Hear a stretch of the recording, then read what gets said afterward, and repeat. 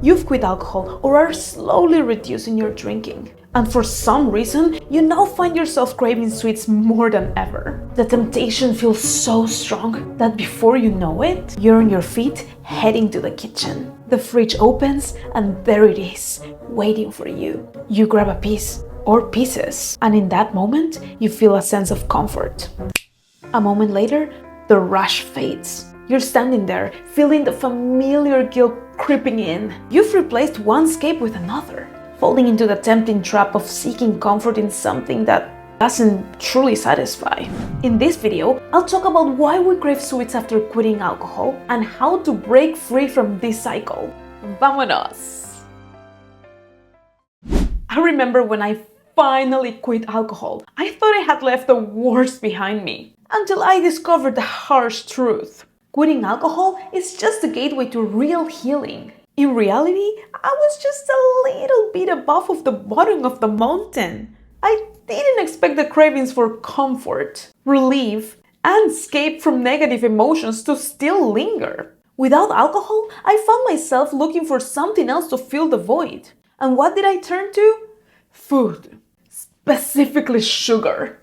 Because even though I'd given up alcohol, my brain was still craving that same hit of pleasure that offered a temporary distraction from undesired emotions. But here's the thing, just like alcohol, sugar doesn't solve anything. It doesn't address why I'm feeling the way I do. It just masks it for a bit. And guess what? Just like alcohol, once I gave in, I needed more, and the cycle started all over again. The cravings, the binge, the guilt. The emotional discomfort never went away. It just got redirected. The anxiety, the tension in my body, my overall health felt off. And that's when it hit me. Recovery isn't a destination. It's a journey. And this is not something you read from a bag of tea. It is the truth. It wasn't just about quitting alcohol, it was about healing on a deeper level. I had to accept that I still had work to do. Yes, even more work than quitting alcohol. Damn! So, I rolled up my sleeves and started working for the first time in my life. Here are 4 mindset shifts that saved my life, and something tells me they will help you too.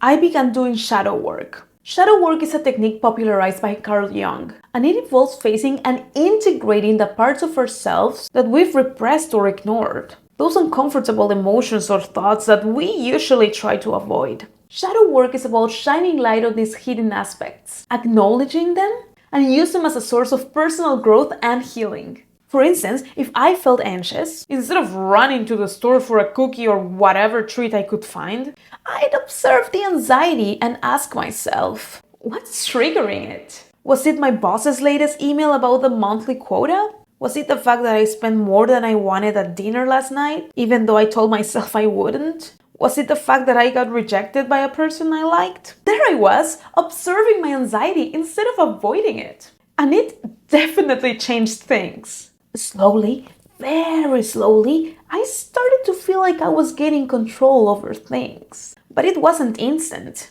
It took almost 6 months for me to stop feeling like the cravings were controlling me. This practice has helped me to get to know myself in ways I've never had before. Because when I was drinking, I wasn't giving myself the gift of truly diving into my fears and discovering the beautiful things that lay beyond them. Another mindset shift is that I understood what my cravings really were. My uncomfortable emotions weren't craving food. They were craving my attention. All these emotions, my self-worth issues, my fear of rejection, my need for approval, even my suicidal thoughts, were craving attention. They had been waiting for me to acknowledge them and face them head on. I came across a powerful quote by Steve Pablina. Fear is not your enemy. It's a compass pointing you to the areas where you need to grow. That hit me hard. I also realized, the hard way, that true peace comes from within. In the past, after binge eating, I would punish myself, whether through long fasts, intense workouts, or sessions filled with guilt and shame. But little by little, I realized that this only made me feel worse, trapping me in the same cycle over and over again. It didn't lead to peace. It just made me feel more miserable. And that's when it became clear. You won't feel peace outside of yourself. True peace comes from within. And that's where the origins of my cravings lay. I had to learn to love myself, no matter where I was in the process. So I began treating myself with kindness, whether I resisted a craving, gave into it, or found peace in the in-between. It wasn't about perfection like it was in the past. It was about embracing the journey and allowing myself to grow without judgment. Because, oh my god, judgment was a big part of my life. I'm not saying I'm perfect now. Far from it. And I'm not saying I don't crave sweets anymore. And this week is my birthday, so I will be eating cake for sure.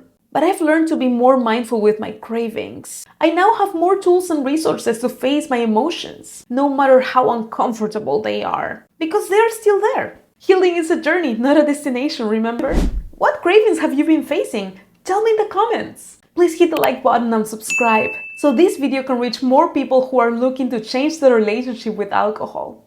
And speaking of people who have changed their relationship with alcohol, my amazing sober friend and I had a candid conversation about how we went from drinking almost every day to absolutely loving our sober lives. Click here to watch it. Here are a couple of my other videos. They might help you in your sobriety journey. Have a good one. Bye!